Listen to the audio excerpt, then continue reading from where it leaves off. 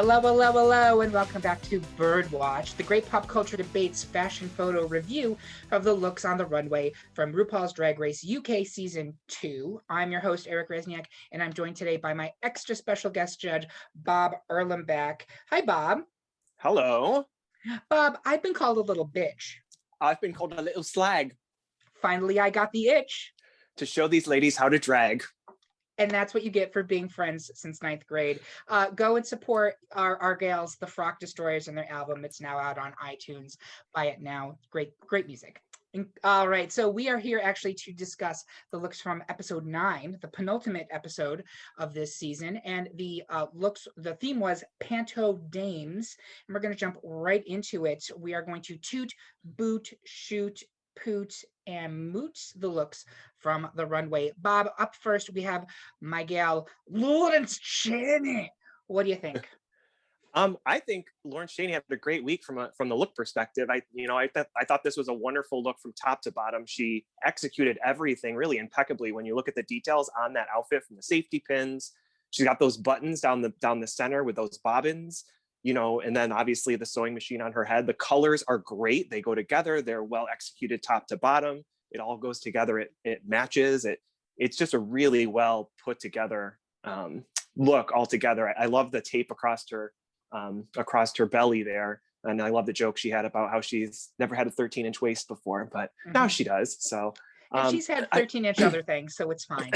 Absolutely. I think she could have probably done a little bit more from a makeup perspective to translate to the Panto Dame look. I think it's more just Lawrence makeup than it would be to the Panto Dame. But really an excellent week. I mean, I don't think we ever expected her to really do anything less than excellent at this challenge. I think it's right on brand and right on topic for the runway. So yeah. Is that a toot for you? That would be a toot for me. Yeah, I'm going to go ahead. Toot. It's a toot for me as well. I will toot Lawrence as well. Yeah, you did a lot. What I really loved about this, as you mentioned, were the details. The sewing machine on the head, the pins in the arm. I thought that was very fun. She also had a reveal where she bent over and he's behind you. It was all very Panto, and it's right in her wheelhouse. So it was a good look week for Lawrence. I agree that the makeup is a little more subdued than some of the other gals, but I still thought it was successful, and I still root for Lawrence. Speaking of which, in addition to the looks, we're also going to be giving our thoughts on the Queen's individual chances for winning in next Thursday's episode, which is the crowning. Bob, where do you think Lawrence is stacking up in this final four? I don't think it's probably any surprise that I would say that she probably has a very good chance of winning. I do think there's another contestant that might have a slightly better edge. I don't know as though Lawrence had the great narrative throughout the whole season. I think she's been at a high level throughout it. She had a few bumps along the road, but really just from a narrative perspective, I see the same Lawrence today that I saw at the beginning of the season. So I'm not necessarily sure that means she's not going to win, but I think that she might have a slight disadvantage based on that, but I think she's obviously top contender, top 2 for sure. Interesting. I agree with you that she's top 2. I think she's the second most likely to win. It's funny that you say that you see the same Lawrence as the beginning of the season, because I think it's a tale of two titties. Pre-COVID Lawrence and post-COVID Lawrence are very different performers to me. Now, it's possible that she was always that neurotic in her head, and we did get some clues to that early on in the season. When you look at Rats the musical, like, she was spiraling then, but they really leaned on that in the edit in the back half of the season. I will say this: I really love Lawrence. I love Lawrence as soon as she walked into the workroom. In the first 5 minutes, I laughed more at Lawrence than I had at like 3 full episodes of Drag Race season UK season 13. And it pains me that the fandom has turned on Lawrence as intensely as it has following the Ellie stuff from episode 8. I think it's unfair. And I'm rooting for Lawrence regardless of what happens on Thursday. Super talented, super creative, and this is a queen where I hope that whatever happens, she's able to overcome this really intense backlash over nothing. I really think it's much ado about nothing, and I hope Lawrence has a tremendous future. She deserves it. So yeah, can I add one more thing to that too? Please, I think she's her own worst enemy, right? When it comes to these challenges, when it comes to getting into her head. And I think that it works against her a little bit too. I don't see a Lawrence having a lot of fun with Drag Race right now. Like certainly after COVID, I don't see as much joy or as much fun as I saw pre-COVID, if that makes sense. Yep. I agree. She's been very snappy. Obviously the Ellie situation, which she had some valid points, just maybe took it a little bit too far and too long, I think. Sure. But I think that's really where I am with that, I think, in my thoughts with regards to her chances. In this house, we stand Lawrence Chaney forever. So. Sure. Thank you. Next up, we have Taste. What do you think? Oh yeah, taste is right. Well, she looks beautiful. I think she always does. She's a beautiful queen. She always does great makeup to make herself look glamorous, right? It is for me a blue bodysuit with bedazzles on it, which she's fighting for a top, well, she didn't know at the time, but she's fighting for a top 3 or top 4, right? In this specific challenge. And this is not at that level for me. I think she threw some wings and a little bit of a showgirl bustle to it, right? To say, oh, I'm going to add a little bit of flair to this. But, I just don't think that it's at a level of quality this far on into the challenge. I think there is a hint of Panto there, but she misunderstood the assignment, or, maybe she didn't even misunderstand the assignment. I think she knew the assignment, but Taste likes to show off Taste's body. Taste likes to be very specific in her looks, and she doesn't want to step outside of Taste. So I think that worked against her here, because I don't think she delivered a real true Panto look. I think they don't push her either, right? I don't think the judges really push Taste to try anything other than what Taste is comfortable with. And so that may be, us at least. Yeah, exactly. And I think that worked against her again in delivering this look. This could have been an opportunity for her to come out and be like, wow, who knew Taste could do that? Right. Well, apparently Taste can't do that. So so if you had to assign a rating to this one, what would you assign it? It's tough. I think it's probably moot to mild toot, because I think she does look beautiful, right? Sure. I just think that I'm going to put a little bit of a curve to curve it down a little bit, just based on the challenge and where we are in the season, to put it at a moot. Yeah, Bob, that's been me and Taste for weeks now. Again, you're spot on. Taste always looks beautiful. She always looks beautiful. It's hard to be as gorgeous as Taste and not look beautiful. You really have to fuck up. And I don't think Taste fucks up. I think Taste is solid. But you can't have all of those raw materials. I mean, it's what Rue was saying about Tia Coffee earlier. And they really went hard on her. We love Tia Coffee. And where is that level of scrutiny and fire lighting for Taste? Because it's a pretty blue bodysuit, wings on a maxi, how funny. How funny. It's just not particularly interesting. The funny thing is, Taste said on Instagram after a couple episodes ago, I love all of my looks from here out. And I do think she really did love this look. But compared to everybody else on that stage, even if you argue, well, fairies are part of Panto, and yes, they are, but the challenge was literally Panto Dame. That's a very specific role, and that's not what she gave us. This is fine. It's different from everybody else, but it's not exciting. And you are correct. Has Taste ever covered her legs at any point on this runway? No. At any point. It's always legs up to her asshole. Go ahead. It's shocking to me that Michelle wouldn't have called her out at some point during this entire season for that. I don't think that she ever did. They don't challenge her. They showed us. Oh gosh, it's really frustrating in my opinion that I've only seen one level of Taste. Yeah, and that's what. So with that being said, what do you think Taste's chances are in the final? Not great. I think I don't think she has a chance. Let's be honest. I just don't think that, for all the reasons that I think cited, based on the fact that I wouldn't tutor for this look, I think are the reasons that she's really not going to. And I think that this is not a final 3, fighting for final 3 look right now. So I think she isn't really delivering at the level that we need her to. Yeah, I don't think that Taste has a chance unless everybody else walks into that Final 4 challenge, completely bombs it, and Taste comes out and slays it at a level that Monet Exchange did in the All Stars 4 final challenge. I think Lawrence would need to take a shit on the stage in order to lose against Taste, right? Yes, and to say nothing of Bimini. I think Taste is. I personally think that the top three, a more successful top three, would have been a Lawrence, Bimini, Ahura top three. That's a more competitive top three to me. I understand why they did bring Taste to the finale because she was huge going into this competition. She and Joe were probably the two most well-known queens. And I just don't feel like Taste has really ever competed at the level that I think anyone was hoping that she would. Correct. This all sounds like I'm bagging on Taste, and please don't think that I am. She's gorgeous. I think she Same. is a star. I think she's a Same. star. But I Same. don't think she has lived up to her potential. And I don't think the judges have called her on it. She did great this week on her in the challenge, right? In the acting, you know, she wasn't the best of them, but who knew Taste could be that fun, I guess. You know, I think she stepped out a little bit and was able to add a little bit of flair to that. It was Taste's take on it, but you know, she definitely was one of, I liked her better than I liked Ellie in that challenge, you know, and I thought she was trying, and she really put forth the effort, I thought. So absolutely. And I did think it was solid. It's just, you can't be solid when you're competing against excellence and expect to win. That's what it comes down to. Next up, we have Bimini Bon Boulash. Bob, what do you think?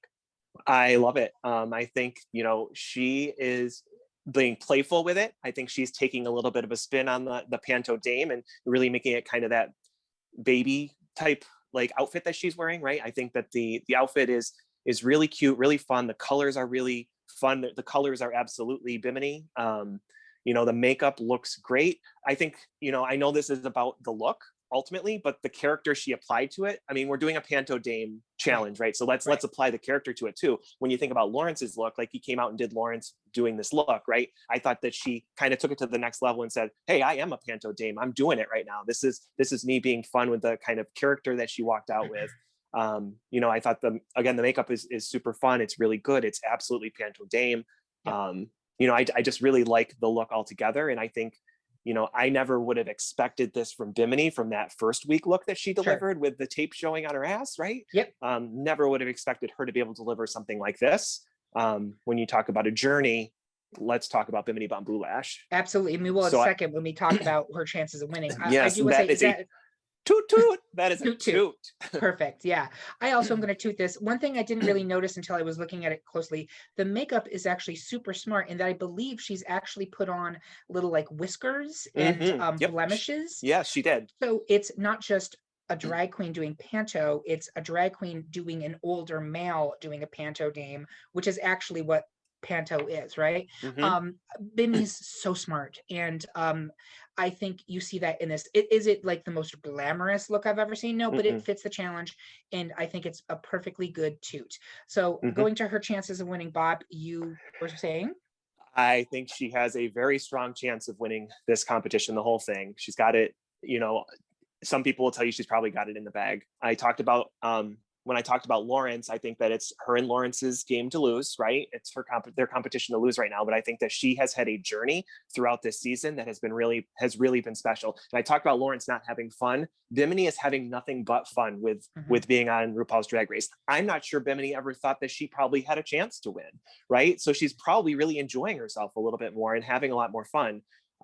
She always, you know, the challenge, right? This week she played a character that really plays to her strengths, but she was so smart about it throughout it. And, you know, I think back to the challenge with, I can't remember the challenge. There was another challenge where the interview one where the breakfast show. I'm sorry. I was confusing it with the Ross Matthews Rossi After Dark. I was like, that never happened. Didn't happen. Exactly. We don't talk about that. She had the cards upside down. Like she is smarter than I think she lets on, or that you even would really realize that she is. I think she's really tremendous. And I thought her journey throughout this season has been tremendous. So yeah, I'm some people because I'm the one who thinks that Bimini's got it in the bag. I think it would take a monumental fuck up for Bimini to not win this. She has the arc. She's got the trajectory. She has 4 wins in the last 5 challenges.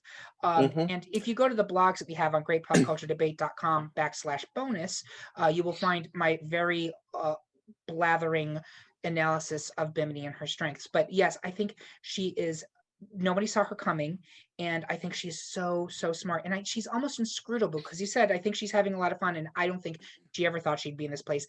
I don't know. I think Bimini came into this competition thinking that she did have what it takes to win, but nobody else did. And like, there's something to be said for knowing that you are going to be undervalued and then playing that to your advantage. I think Sure. Yeah, go ahead. Yeah, no, sure. I think that first week, I think she thought she was, I would agree with that to a certain degree. I think she thought she was pretty hot shit that first week, right? But I think that, Michelle read her down, right? Yep. And I think she never went back to that after that. I thought that maybe, she took that note and said, okay, I actually might have to work for this. Yep, totally. I agree with that completely. Mm-hmm. Finally, we have Ellie Diamond. What do you think, Bob? It fits. I don't like it. I think that it is a strong look overall. I think it delivers on the challenge. There's some problems with it for me. I don't think the quality of the fabrics and the materials look very good. I think they look a little cheap. I think Graham said something along those lines, or that it was kind of a little scrappy to me. There was something to do, and we realize now why, but there was the smaller hoop under the skirt that really ruined the full look, because it was the fabric coming out and then the fabric just dropping, and you could tell if there was a smaller hoop, and it just looks like it was made wrong. Right? The makeup is impeccable, really, really good. And I think really Ellie is always excellent with her makeup. The hat looked great. It was a little bit, it wasn't secured right too. That doesn't necessarily talk to the look per se, but just kind of her execution of it a little bit. I didn't love it. I would put it probably in the moot to soft toot category again, just because I just, as Graham said, it wouldn't be a very good Panto. I will toot this, and all of the things that Graham didn't like about it, in which you mentioned, like the cheap fabrics, the crown not quite being fastened, I thought it actually spoke to the kind of chintzy and deliberately gaudy nature of Panto. I thought it was kind of in character. Maybe I'm giving Ellie way too much credit there. It's entirely possible, but I'm giving her too much credit there because I give her virtually no credit anyplace else. Although I do think, and right now there's a wonderful close-up of the makeup there.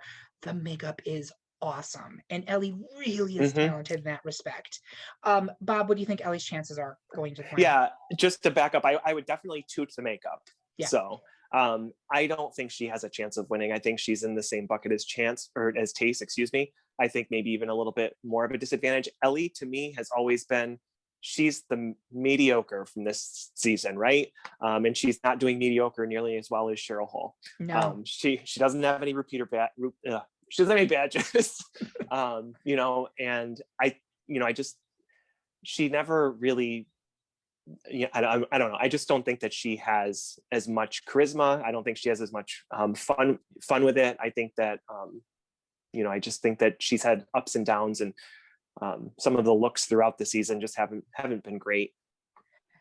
Yeah, I don't think Ellie has a chance in hell of winning. To me, it's kind of a waste of a Final Four slot. I'm not sure why we had a double save there. I think Ellie is really young and clearly has a lot of talent. Nice kid. I think she's got great potential. You mentioned Cheryl Hole came in 4th last season, I believe. And while she also had no repeater badges, Cheryl had iconic moments throughout the course of that series. Sure. Ellie didn't really have iconic moments, with the exception of some backdoor drama. That sounds like I'm talking about her personal life. I don't know her life. But I think she's there because they need to flesh out that final a little bit. But to me, it ultimately is a 2-person final. It's Lawrence versus Bimini. The other two were there. But it's just maybe in a couple years, she can come back to All Stars and give me something that's going to surprise me. I think she's just not quite there yet. But nice kid. And clearly very talented. Look at that makeup. Really, really sensational. So yeah, I think that she, with a top 3, it would be like, what's this third person doing here, right? Like we needed a top 4. But yeah, that's true. That's fair. So with that said, Bob, your top 2 of the week was Bimini Von Boulash. All right, Ms. Bimini. I am going to give it to Lawrence Chaney. Lawrence Chaney. And with that, we're all done. We hope that you enjoyed. Thank you for watching. Thank you, Bob, for joining me. No and problem. Make sure to check out our other Drag Race content on our YouTube channel. Make sure that you like and subscribe to see all the new stuff that we're putting up. We do these videos for season 13. We're doing them for Down Under. Also, for more Drag Race content, head over to greatpopculturedebate.com, our website. If you go to the bonus section, you're going to find blogs and recaps of all of the episodes of UK2 and season 13. And you can right now join our viewer fan pool for the Down Under season. You can actually participate in it with us. We do weekly standings, we do blogs, we do all the stuff. It's free and it's a lot of fun, so we hope that you will join us.